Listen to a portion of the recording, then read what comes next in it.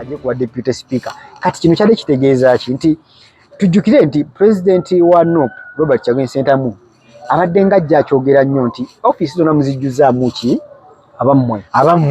abalugana ebikono n'emikwano. Yes. Kakati yabadde alinga amusoomooza amugamba lwaki osuula ono lwaki olinga agamba nti ontomulaba ng'ate yenkolayo for the last 40 years buli office ogiteekamu ki balugana n'ebikono n'emikwano. Togenda ew'omusawo agenda okulongoosa oba ogenda okukwata mu bintu ng'obulamu bwo ogenda ogezese ekyo sikikkiririzaamu naye ebintu bino byonna bikuwa second chance. Give people chances. Abantu mbawe chance. Bagezese bane tosobola kumanya maanyi ga kiruluuta nga tomutaddeeyo. Very many people bali bamukuba bagamba aleeraako kagenda kukola ki kasobola ki sawa zino on his first appearance parliament sumire yona agikutta ati bagambiddewo omwana tufunye semujunganda ate nga waliyo the other guy gwe bayita era these are the two people to watch Maseruka n'omukono abagenda kuba basoganya Jacob Oboso n'otuwa deputy speaker ng'otuwa James Tayebwa abadde mu parliament ye 11 n'otugamba nti gwabadde ali naye speaker abadde yetaba mu bulyake abadde yetaba mu kenuzi abadde yetaba mu kukusa ssente onkakasa otya nti omuntu amubadde ku kido wagwe badde baddukanya parliament obulungi nnyo bali tubawaana iye teyafunye ku kiwuka kino obulamu alina ennaku ez'ekijjukizo kati nno Focus TV yange bazze okufuula ennaku zo ez'ebyafaayo bakwata vidiyo n'okkuba ebifaananyi ku mikolo gamba ng'okwanjula embaga graduations okukyala bano nno tebakoma okwo aba Focus Group yange bakuguka mu kutimba bakola keeki wamu ne juice omuwoomu nga kuno bagattako okukola graphics ne branding ow'ekitongole kampuni oba bizinensi yo era basange ku kitebe kyabwe ekikulu e Kampala ku Jasco Plaza oba basange ku ofisi zaabwe awo ku Focus House Mutuba ne ku ofisi zaabwe empya ekiboga mu Town Council ku 2nd Street okuliraana Smarton Hotel. Ebisingawo bakubire ku simu zaabwe 0757 133 162 oba 0789 020 gwali ku Facebook ne Instagram kebera Focus Group yange ate ku YouTube beba Focus TV yange. Wanezako mu abalabi b'emikulu gyaffe emirungi mwe watulaga buwagizi obutakwewanga okutulabanga kwa Focus TV wamu ne Ebron Media kyamaanyi nnyo nze Ebron Brian ambasaba abanyumire byononese nero nkomyeyo tubambage tutemeteme ku nsonga ezigenda mu ggwanga twale tubalaganye naye yesawo tukomewo twale mwo bimanyi nanga sirenda tema nsonga nakusaba omukulu wange professor asoke ababuuzeko nkomyewo batemerere ki kitugenda okupambagirako olwaleero mwena abatulaba ku mukutu gagadde okuli Focus TV wamu ne Ebron Media tubebazaako ensusu nnyo okubiranga mutulaba n'olunaku lwaleero nzize ate era nebazannyaako ensusu obaako enkizo abali ku Ebron Media mukulu yaŋŋamba nti banjagala nnyo twasimbula kati sipidi yagiri kati kasitala notification nabonamu nga tuli babiri bwe alemerako bulemezi so tubebaza okuba nga mukikola era mugende maaso n'okuba mukikola lwa nsonga ki nti naffe tufuba nnyo okulaba nga bye twogera byansa era bibagasa nze adde Wilberforce Kime Muyanja ali e Kampala wano mu Uganda East Africa wamu ne diaspora nga wasalawo n'ogamba nti gino emikutu ebiri tugiteekayo ka notification olabira ddala so mutufudde abenjawulo mufudde ab'amaanyi ne tujjukiza ne bannaffe batannaba kubeera nga mulanga naffe emikutu gino gikyalina space bwewaawo mujje muleete obulango bwammwe tubalangire ate oba oli awo bizinesi zammwe zikule nga naffe betukula abantu maaso bakimanye abantu bakimanye sebo nzikiriza nkujjukize nti twakoma okulabagana naawe ng'ovuddeyo okwetondera abaaseno era njagala okujjukiza ensi yonna nti ne weekend enejja era abantu abo baaseno bayinza okukiddamu kintu kyekimu kyenasanyuka byonna nkotonda kwange bawulira omulanga ne batasukka kusanyuira nesanyu ne bali limiti kuba sakiwulirayo muwona afiriddemu kwetede eri abawagizi bonna mwenna namwe abeyuwa Kasalo Kamesi so naye nga Uganda balaze omukwano kuba ate tayatuuse n'agamba yetalabangako nsi nga Uganda bali presence munye gwaba yaffe so mbadde nsaba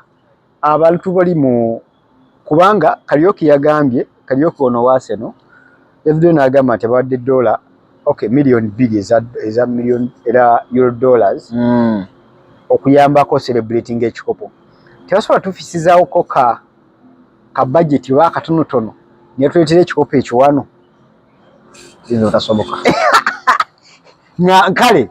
okuddiza celebration yonna Uganda zibaakoze ekiyinza okusoboka okusitwayo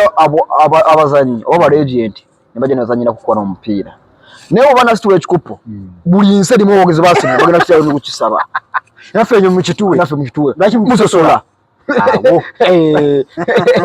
naye nga tubeebaza bonna abadde mu mbeera eyo neeyongera n'okwebaza ennyo omuntu nga wa United naye nga wavuddeyo n'ojaguliza akaso n'ogaba bannange si kaaki ebbanga musajja munnange lyobadde oludde nga tokitwala kitwaleko so ogwo omutima gwe gw'emizannyo gwe twagalira mwe bali nnyo okubanga mukikola sebo leero ŋŋamba ki leero olunaku lwa leero twabadde eggulo mpunda ba speaker ne deputy awo honorable waffe honorable w'abangi omanyi oba oli mututumufu kisuka kuba okiikirira abeekalungu kati yafudde kuba akalungu kati wa Uganda yonna awo nayesamuko ku bigambo nawana president bannaffe abamu abasomidia omanyi buli omu okwata essimu eyo si buli omuntu akwata essimu eyo oyayitako omusomero obulungi oba fe abamu twasomera ku UPE oluzungu tetuwulira bulungi ate era n'omuze omulala oguli ku TikTok okwo oba ku ki tetumalayo tebawuliza ne babuukira sokotemere mu ku nsonga zaayo tumale tukwawo wonna deputy speaker twamulonze tayebwa yakomyewo rafel tunemuko ne mukulonda kwabadde kutya omugogo kayingira ku office n'agamba ye mu parliament ye teri nguzi awo mu butabayo nguzi amabati agakomyawo awo mu community section munyanga ku kibuuzo ekyo kwanza kyususeeko kale ali mutulaba mikutu gyaffe gino nkwebaza era n'enjukira okugamba nti subscribinga tuwe ngutambula mu maaso ensonga zawagumu nazirabye era nazigoberedde bulungi ekyabadde ku parliament ye Uganda oba ekyabadde mu kusalawo parliament ya 12 eye 12 na 12 parliament wegenda okuba bye twalabye nze ndabanga okwewusa oba okumala obudde kwewusa anti labayo ekintu kye baakoze batugirewo kino kye bagamba okulonda bagambe twagenze okulaba gwe batusaliddewo kino kiraba lwatu gundi above asobola okusala omuntu n'ataba kiza okusoboka ngaddi bali bewagudde wano ku mama Kadaaga nga mukulu gatale ku stamp omukulu nga wali awo mama Kadaaga nakukumba ne obole 18 anti katikola boti nkugambye okusinza mu structure za parliament yaffe n'engeri gye yakulamu oba engeri gye bagiteekateekamu abasajja abo gye bajagalamu kibasooka okubiitinga ye numbers if you beat the numbers mu parliament y'eggwanga tewali kyosobola bakola era ne bannaffe bano abanuupu bambi bagendayo okuwaddaako kale kulaga nti ekibiina kale nakyo kirinayo ababaka mu parliament kuno bansanyusizza bali ababaka 49 yes kandidate wawe yafunye obululu 6 kitegeeza bonna bamulonze ne batapingako ne kuba n'abalala oba aba independent tujukire wabusiro bikoze bitya si wanupu azi ku kadi ni wanupu ebikuwabye kitegeeza naye yafu yakawaddeyo n'abalala bwe bali abatafuna kadi omuli n'ebiina ebibadde bitaleese babaka obutaleese babaka nga PPF omuli anti omuli FDC toseka badogera omusajja Robert Mauns namugumirako n'okube enale majimaze kati ulira Ebro nicho nakikugamba even before nikugamba kizibu nnyo okuleka nga oli mugwagwa okola eddaame igwe semaka taata okola eddambi n'osikiza omwana wo ku muliraano. Ekirala akabonero akalala k'enkunala akalaga nti Norbert Mao yetajja funa endorsement eno kyekyali ekyankwanzi mu retreat nti twali tusuubira wagenda okuteekawo topic eyo discussing speakership nga bwegenda okubeera. Rest tebagyogerako. Omukulu yabagamba bino bye Kampala tujja byogerako mu kaseera kaabyo. Kati awo kyali kikulaga nti ebyabwe byalina bva mu nkukutu. Kati ono Mao bamuteekawo buteesi nga kazanyirizi. Ndoza Mao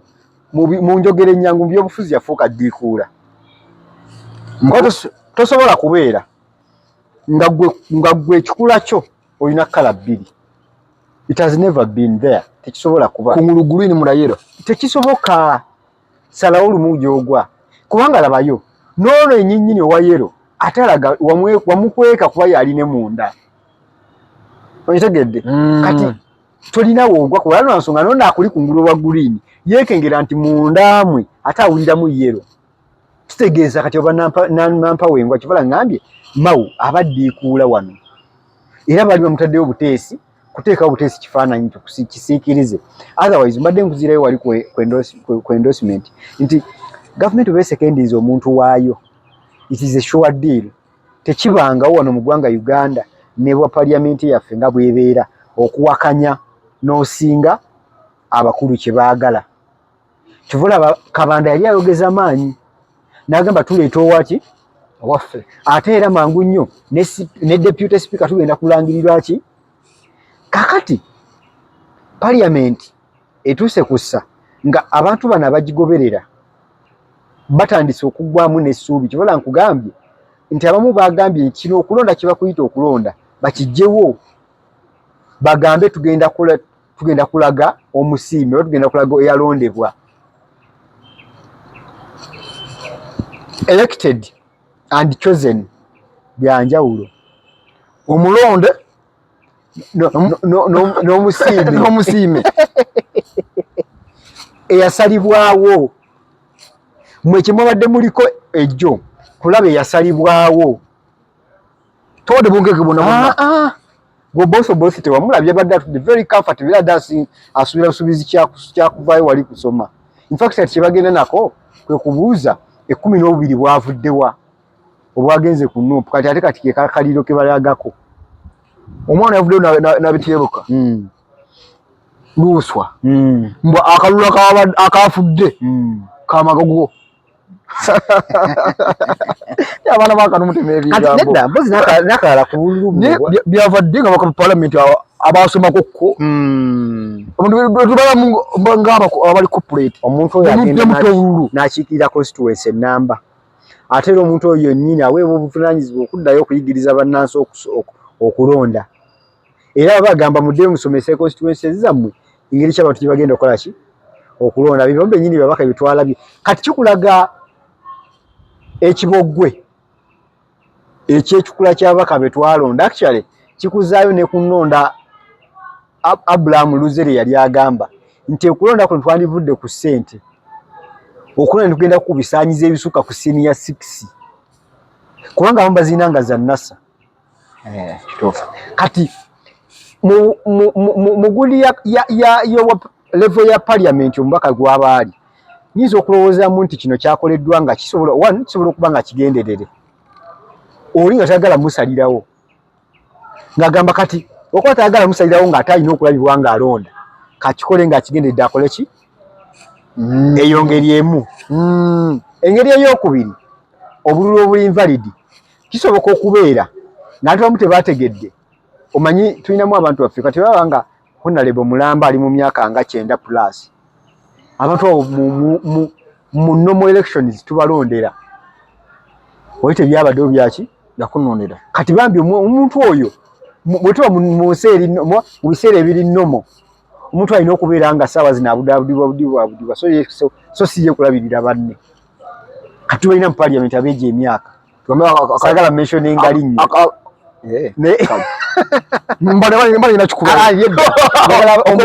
njagala omulabi yeyekubire mu ttooki tubalina abakulu bwe batyo. Mukadde wange wabeera nga jjajja wange yalina emyaka nga 78 naye nga jajjo ebintu ebimu tumutegeerera ekitegeeza nti oba olonze omubaka Parliament asukka mu egyo emyaka kati ali ku sseeryo eyokubanga inategeerebwa ate wali tewabaddewo kutegeerera kati yasobola okukola ensobi era olw'obubiri bwabaddeko James and Jacob ono omusajja omubaka waffe omupya owazungulu mpozi yani munjukiza erinnya Ivan Chene weyasinzidde nanjukiza akalungu lwakolaga mu buto nga maama so okutuma airtime wa 5 ne buto wa 5 airtime nagamba leta Airtel nogenda ngosanga banongo oyimba airtime wa 5 ne buto wa 5 notuka kuduka noyogera ebirala mbomboka byekoze naye kiri bakiraze basize mbusizi James tayebwa Jacob oboso yakoze James and Jacob boss kakati kikulaga nti abantu olwazi bakulamize era yalowoozezza kyendowooza ngobanga yabadde mu ntegeera ye yalowoozezza nti kati tulina kulonda ababaka bameka babiri speaker nani ne deputy ye n'agayiwa kamanya meka so kati ekikula ky'ababaka mu tugenda basonyiwa kyekikula ky'ababaka betusindize mu Parliament otegeerera oba okuteeseza abantu emyaka 5 so nsaba tukkirize tugaane nti oto tulina ababaka ab'ekibogwe nga bano abali ku linessa kiki ky'obasuubiramu ekyenkizo okusukka ku ekyo kitegeeza nti ebintu byonna bina Parliament either okubeera nga tugyesonyiwa omuntu omanye nti kati oliwo ku lulwo oba tukkirize tugambe nti Parliament gye twateekayo yatusala kyaggwa aho tosobola kuŋŋamba nti remember party eriwo mu buyinza yeyina numbers kakati bano abalala kyebakola kyenagambye kyebakola kwe kuwaddawaddako nga bw'olaba omubbi abbise emmundu n'omukubira nduulu owange kale nkutwala bintu nga sinyeeze kyokka wulira ng'enduulu oyo gikuba ate nga bw'odduka asimbudde dda gwe bw'odduka omuviira kitegeeza ki nti oba omuwadde n'omukisa okukola ebirala byeyandikoze ng'ate ali mu kikolwa kyakubba kakati bebaka bafa Parliament kyebakola era nzijukira ebisanja bingi abantu bazze ne bagamba nuupu eri mu kusaanyawo babaka bafa bateeketeeke naye nze ndi omu akkiriza nti abateeketeeke babaddeyo naye kaseera ke babaddeyo bambi amaanyi gaabwe n'obuyiiya bwabwe n'okulowooza kwabwe tekuteekesebwa mu nkola kati ke kaseera saawa zino tulozeeko ku mujiji omuto ate n'ekirala ewakula ennume tewakuleemu kakati amu bamaze dde okigera okiteekawo nga bagamba nti ono omwana Nkeretanyi Yusuf Kiruluuta ye new Semujju Nganda in 12th Parliament kati ekyo kye nali ŋŋamba abantu even before mu campaign gwe okumanya amaanyi ga Bobi Wine obusobozi bwe togenda bumanya ng'omutumye nga togenda kumanya maanyi ge nga tomuwaddemu kukwatamu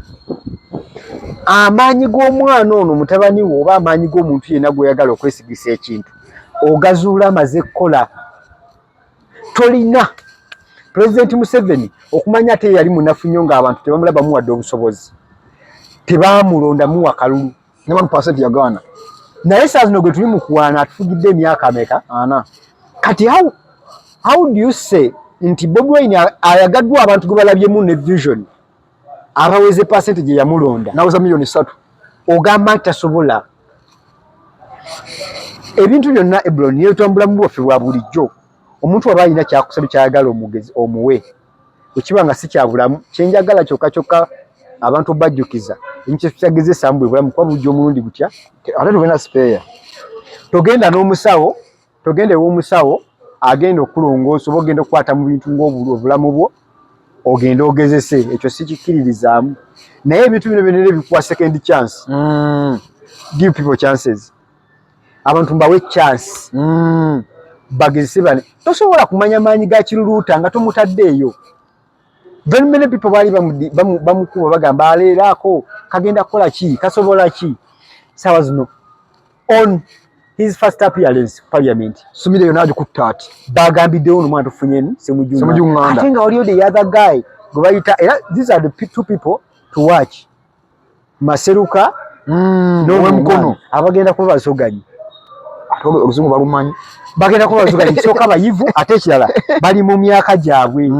gye emyaka egina okukola ebintu n'atagambwako gye emyaka egina okukola ebintu binaggwano omuntu olina okweyoseza obuyiiya obw'ekikugu omuntu olina okubeera ng'olaga obumanyi bwo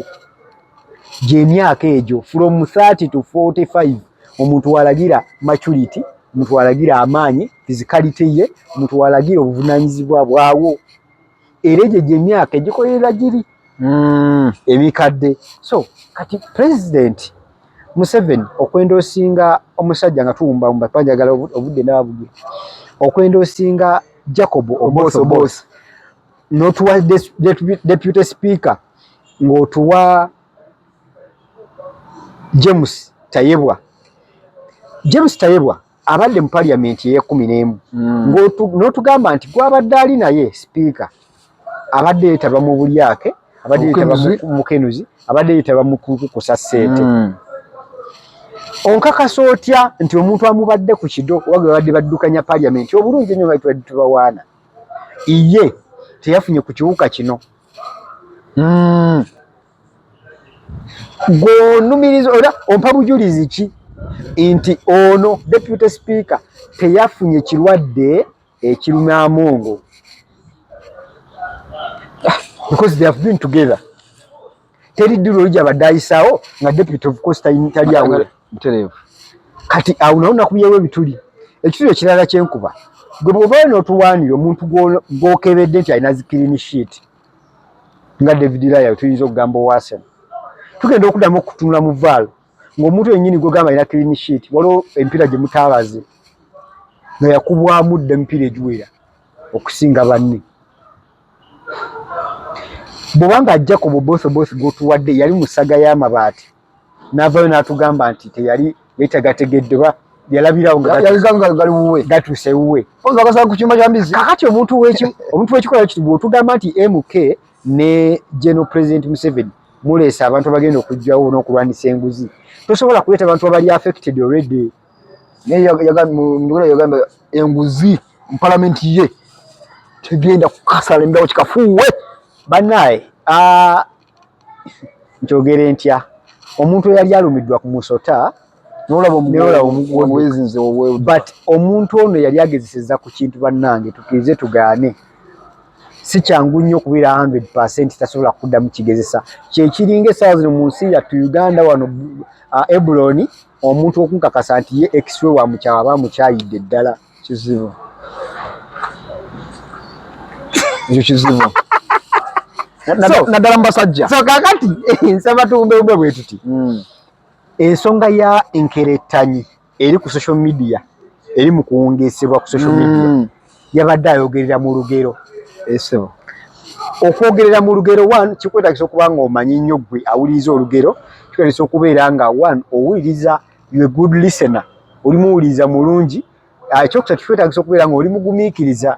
abantu abamu interpretation y'olugero lwe yagoyogereddemu tebagitegedde kuba ebisatu byababuze badde obwongo bwabwe nga tebawaddeyo kimala tebawuliriza ate tebamazeyo kije kyeggwera so tujjukire akantu kano ke yakozaako okugira mu ngero ne honorable wa mukono honorable gwe bayita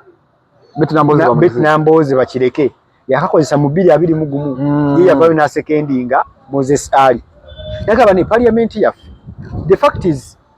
ekulembeddwa muba tulina n'abakulembeze ababaddewo oba baliwo nga bakulu mu myaka bali above emyaka wegito kati kitegeeza nti eggwanga lirina kufugibwa abantu abakulu abakuze mu myaka tetuyinza kulemwa kuddira parliament liwa abavubuka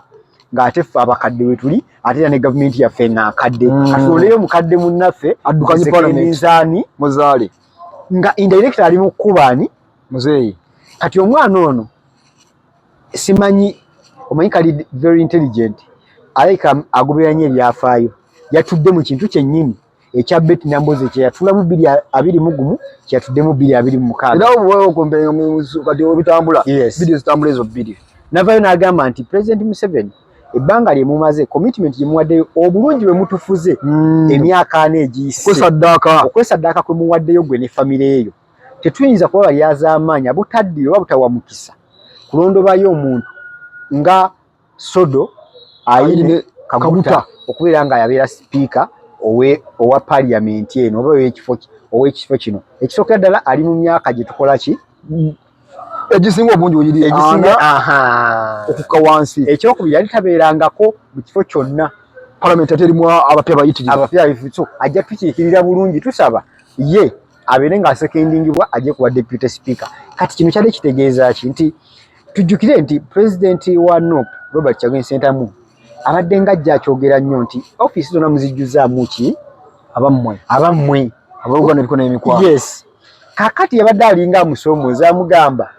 lwaki osuula ono lwaki olinga agamba nti ontomulaba ng'ate yenkolayo for the last 40 years buli ofiisi ogiteekamu ki balugana n'ebikono n'emikwano. Yes, kati ono wo alinga amujjukiza ono wo mutu omuteekewa mu parliament yazo obusanyizo ebifunyidda. Very true. Kati engeri yakyogeddemu ekyogerera mu lugero abantu bangi tebaakategedde era abamu bamusonzeemu oluyinga bwe yabadde akoze ki naye just know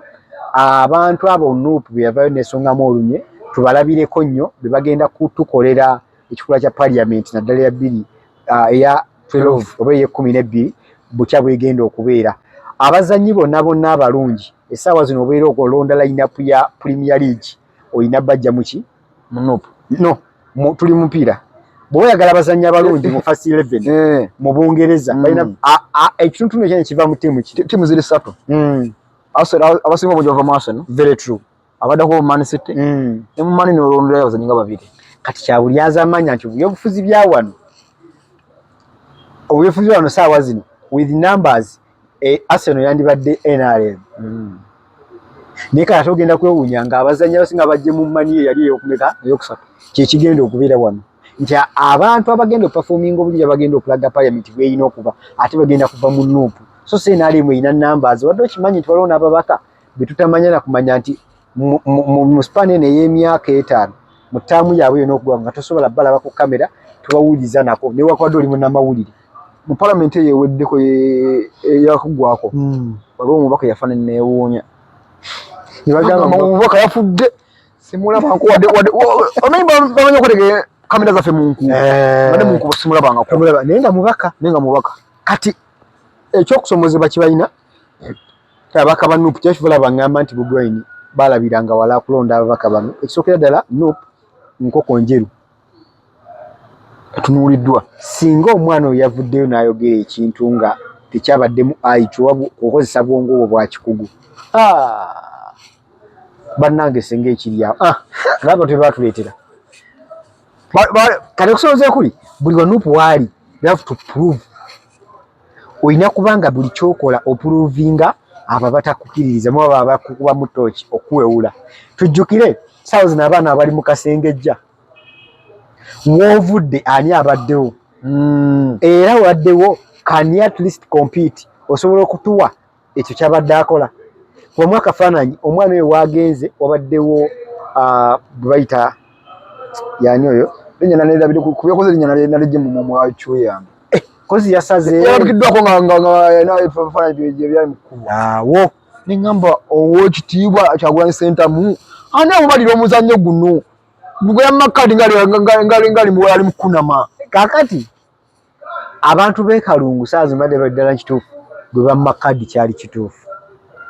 era abantu b'emukono baga twalonda ono kati eno parliament nga bwe nagamba nze sikkiriza muntu bannono sikkiriza nnyo nga bwe kyali bwe kiriyo emirembe ki babateekete amiina ewabadde empuuga wasobola okugjawo kampuuga akato nikezimba ewabadde ani Segona osobola okugjawo ka Segona akato because even these people mu 2011 baali bato era bangi babakubamu ebitundu bagamba bagenda tuwaaki esaazi babadde empologoma yagamba obweva mu parliament tugenda bana parliament